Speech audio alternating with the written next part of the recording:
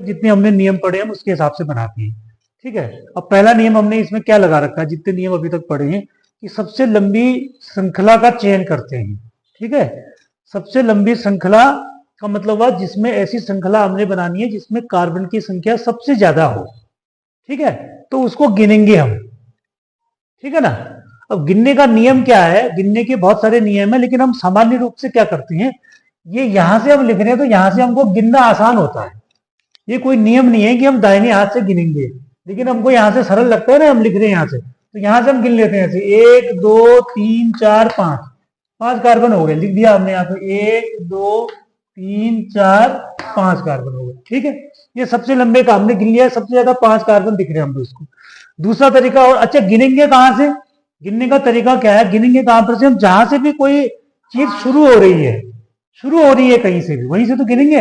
मतलब एक कोने से गिनेंगे ना, कोना कहां पर होगा, जहां पर कोई चीज होगी, जैसे ये है, ये भी कोना है, अब यहां से भी गिनेंगे हम, तो 1 हो जाएगा, ये 2 3 4, ये 5 हो गए, यहां से भी 5 आ गया। यहां से भी गिनेंगे क्योंकि यहां से भी शुरुआत है, 1 2 3, ये 4 ही हो रहे हैं यहां से। यहां से इधर को भी गिनेंगे, मतलब जितनी संभावनाएं हैं सभी जगह को गिनेंगे।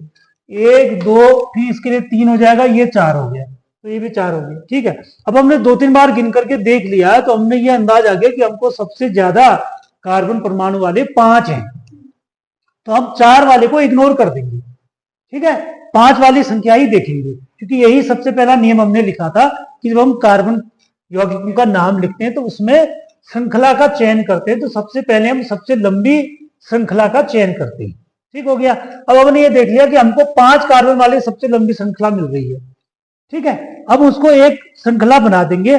अब यहां पर क्या होता है, जब हमको ऐसे ब्रांचेस मिलती हैं, ऐसी शाखाएं, शाखाएं का मतलब क्या हो, जैसे ये सीधा है तो ये शाखाएं मिल रही हैं, तो शाखाएं जहां पर लगी होती हैं तो वहां पर फिर एक नियम आ जाता है गिनने वाला। तो वहां पर गिनने वाला नियम क्या आता है कि जब अगर शाखाएं कहीं पर लगी होती हैं तो कार्बन नंबर 1 हम उस कार्बन परमाणु को देते हैं जहां से कहीं पर शाखा नजदीक में होती है। ठीक है, शाखा नजदीक में लगी होनी चाहिए। अब इसका मतलब क्या हुआ, यहां से अगर हम 1 करते हैं, 1 2 3 4 5, यहां से भी उल्टा जाएंगे तो 1 2 3 4 5, 5 ही आ रहे हैं, तो यही सबसे लंबी चेन हो गई हमारी। ठीक है, अब इसके बाद हम क्या करेंगे, अब यहां से देख रहे हैं 1 2, ये दूसरे नंबर पर क्या लग गई, शाखा लग गई, फिर तीसरे नंबर पर भी शाखा लग गई।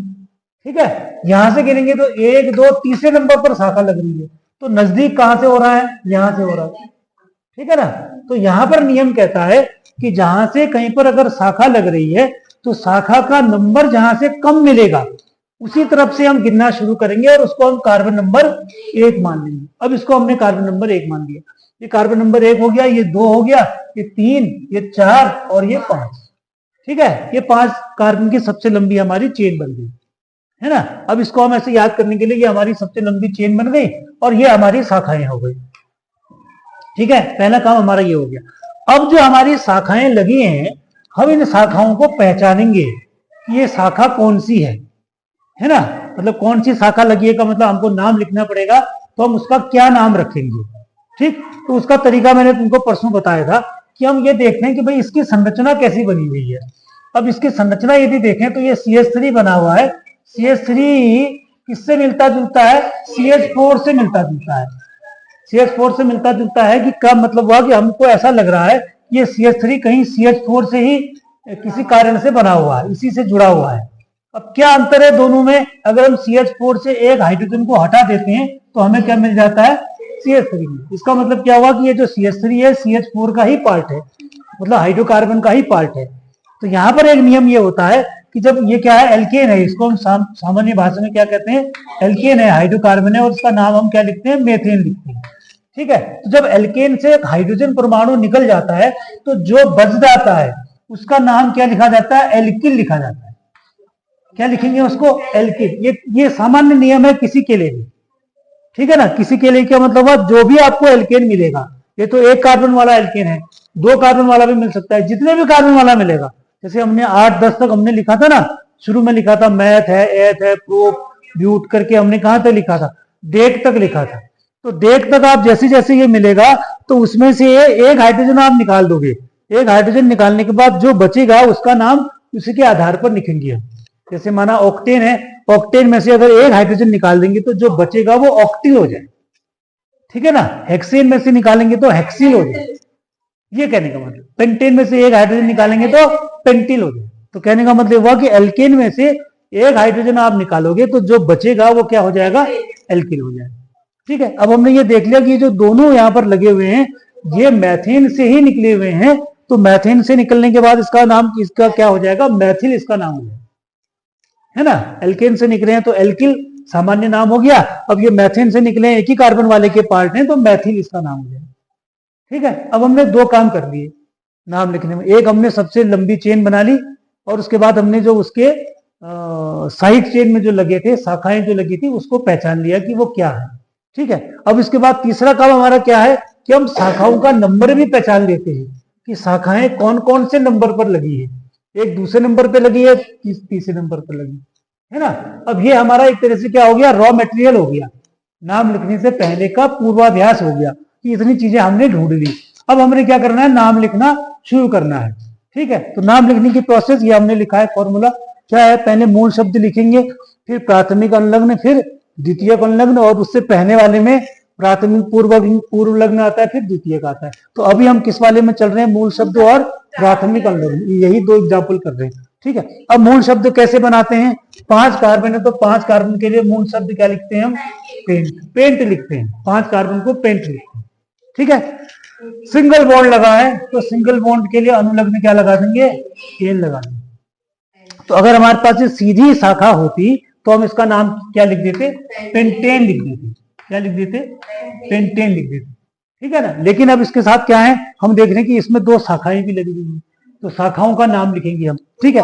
तो यहां पर क्या आएगा, 2 और 3, 1 2 3। अब मैंने एक चीज और भी परसों बताई थी कि अगर जब एक ही प्रकार का कोई समूह 2 बार आ जाता है तो उसके लिए डाई शब्द इस्तेमाल करते हैं, 3 बार आएगा तो ट्राई करेंगे, 4 बार आएगा तो टेट्रा, है ना। एक ही बार आएगा तो उसके लिए मोनो नहीं लगाते, लेकिन ये ध्यान रखना, कहीं आप ये कहो कि नहीं एक बार आया तो उसके लिए मोनो लगा देंगे, ऐसा नहीं होता, ठीक है। एक बार आएगा तो उसको एक ही के नाम से हम करेंगे। तो यहाँ पर 2 बार आया है तो हमने क्या लिख दिया, उसका नंबर जरूर लिखेंगे हम, एक 2 नंबर में लिखा है, दूसरा 3 नंबर में लिखा है, तो 2 3 डाई हो जाएगा, मैथिल हो जाएगा, और ये क्या हो जाएगा, पेंटीन, ये इसका नाम है, ठीक है। ये इसका नाम हम है,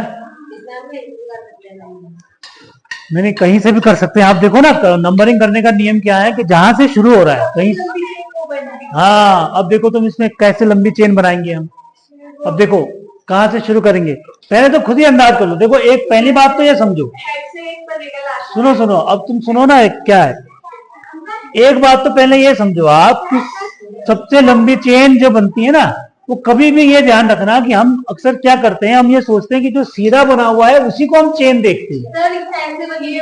हाँ, अब तरीका क्या है उसका, आपको सारी संभावनाएं देख रही हैं। संभावना का मतलब क्या हुआ, देखो पहले पहले हम सीधा वाला देख लेते हैं, 1 2 3 4, ठीक हो गया। अब इसके अलावा देखो यहां से शुरू करते हैं, 1 2 3 4 5 6 7, ठीक है, 7 बन गई ना लंबी है।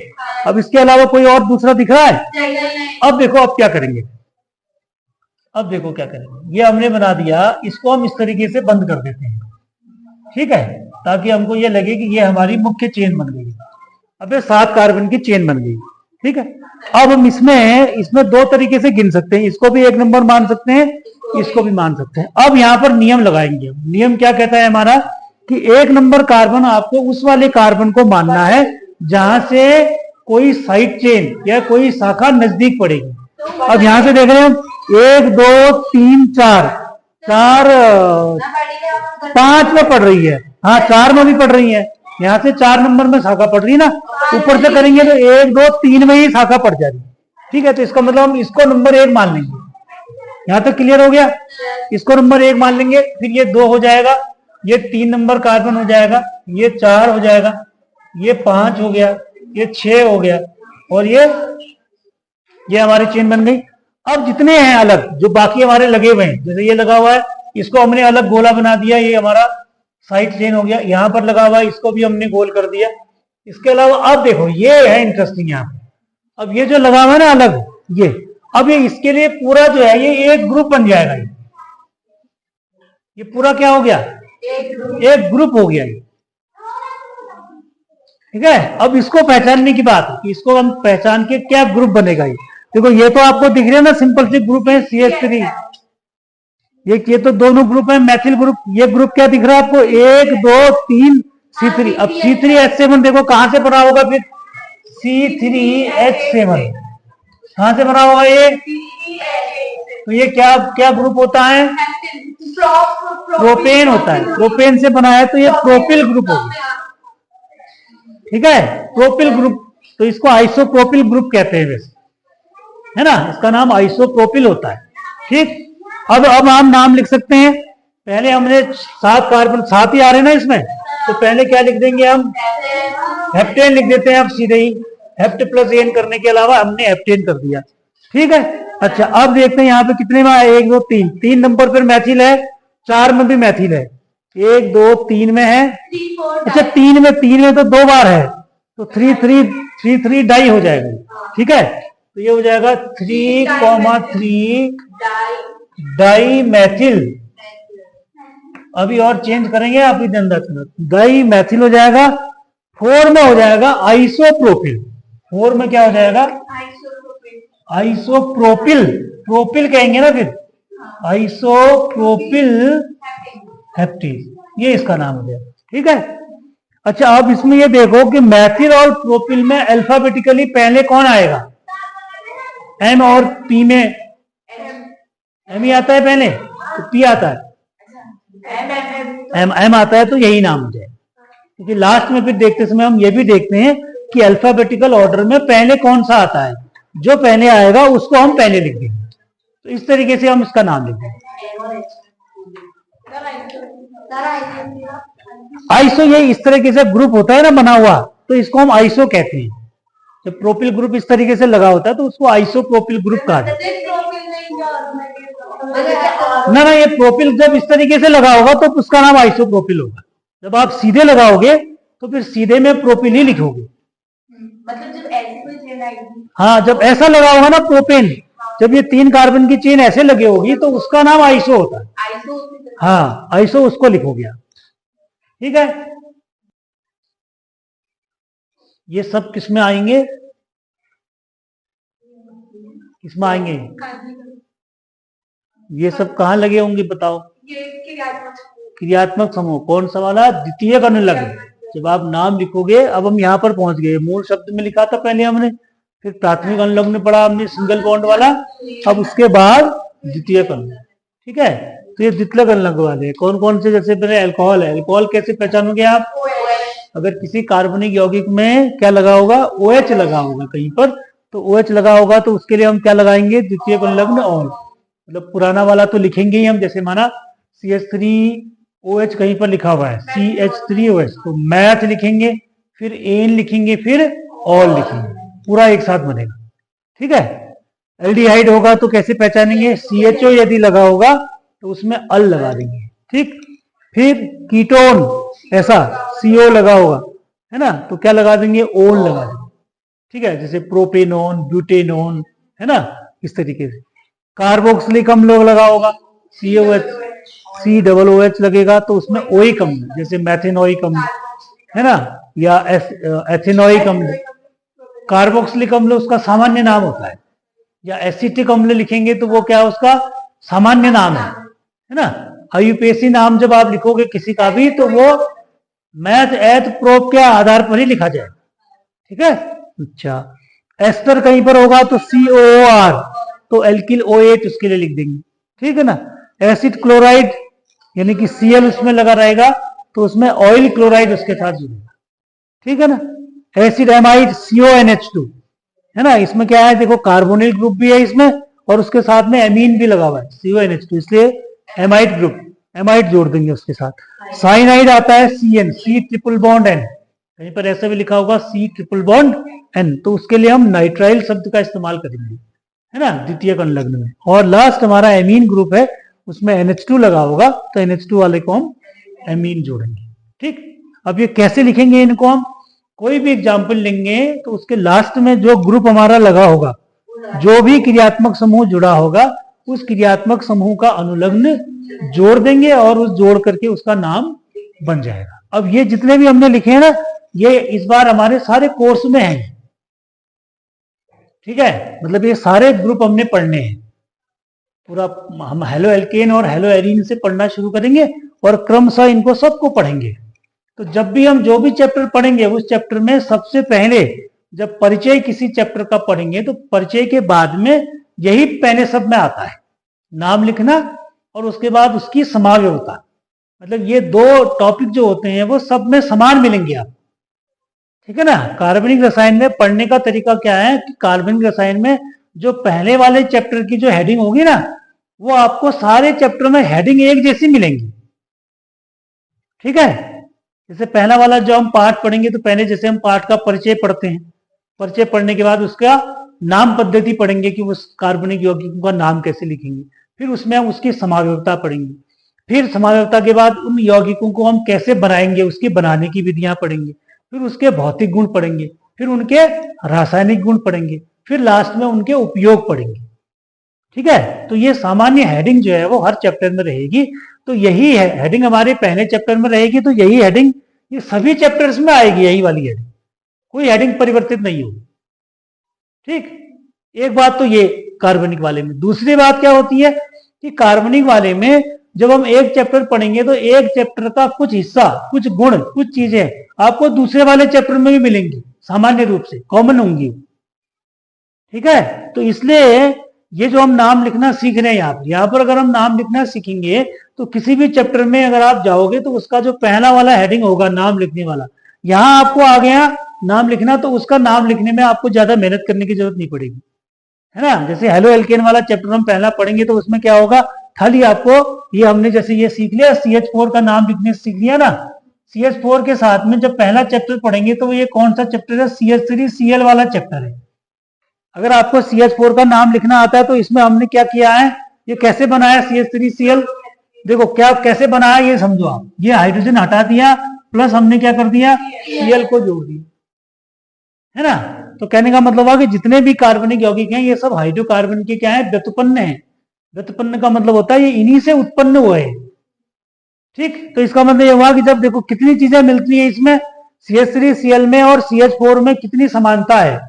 CH3 तो इसके बराबर ही है ना, केवल एक ही का तो अंतर है, इसमें से हमने हाइड्रोजन हटा दिया और क्लोरीन को जोड़ दिया। तो इसका मतलब हुआ कि इस CH3Cl में बहुत सारे गुण तो CH4 के ही होंगे और कुछ नए गुण इसमें किसकी वजह से आ जाएंगे, क्लोरीन की वजह से आ जाएंगे। ठीक है, तो इसलिए कार्बनिक यौगिक जब हम पढ़ते हैं तो कार्बनिक यौगिक में जब आप एक चैप्टर को अच्छे से पढ़ लेते हैं, अच्छे से उसके गुणों को पढ़ लेंगे तो बाकी चैप्टर में भी उसके गुणों की बहुत ज्यादा हमको मदद मिलेगी। ठीक, तो इस तरीके से हम इसका, अब हम इनका कुछ नाम लिखना शुरू करते हैं, कुछ एग्जाम्पल्स इसके पढ़ते हैं जिनका हम नाम लिखेंगे।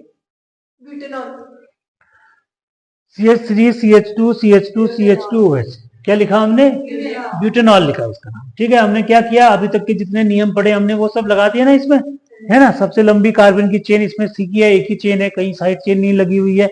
नंबर हमने गिन लिया 1 2 3 4। अब इसमें यह आपको ध्यान रखना है यहाँ पर नियम में कि यहाँ पर कार्बन नंबर 1 किसको मानेंगे हम, जिसमें क्रियात्मक समूह लगा होगा। ठीक है, जिसमें क्रियात्मक समूह लगा होगा। अब इसमें क्या करते हैं, जब बड़ा कोई यौगिक होता है, जैसे इसमें क्या है 1 2 3 4, तो इसका नाम हो जाएगा ब्यूटेनॉल 1। 1 क्यों, हाँ 1 क्यों, क्योंकि 1 के साथ में OH लगा हुआ। अब इसी को मैं दोबारा बना देता हूं, देखो अब हमने क्यों लिखा है आपको इसी एग्जाम्पल से समझ में आ जाएगा।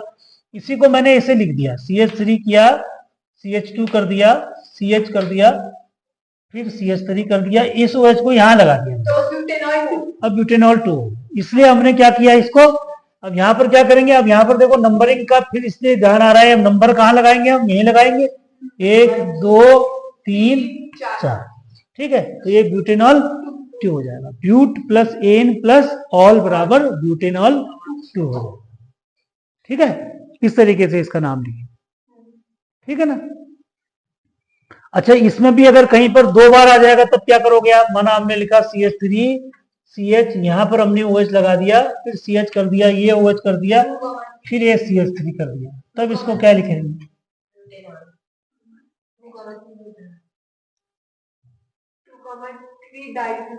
हाँ, क्या करेंगे इसको हम?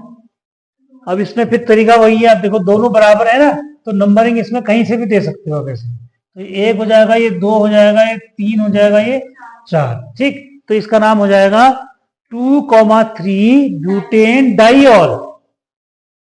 2,3 ब्यूटेन डाइऑल हो जाएगा, डाइऑल। मैंने कहा ना, जब एक ही ग्रुप दो या जितनी बार आता है, 2 बार आएगा तो डाई लिखेंगे, 3 बार आएगा तो ट्राई लिखेंगे, इस तरह से क्रमशः आता रहेगा तो हम लिख देंगे। अब ऐसे अगले एग्जाम्पल में जाते हैं। माना हमने लिख दिया CH3 CH2 CH2 CHO।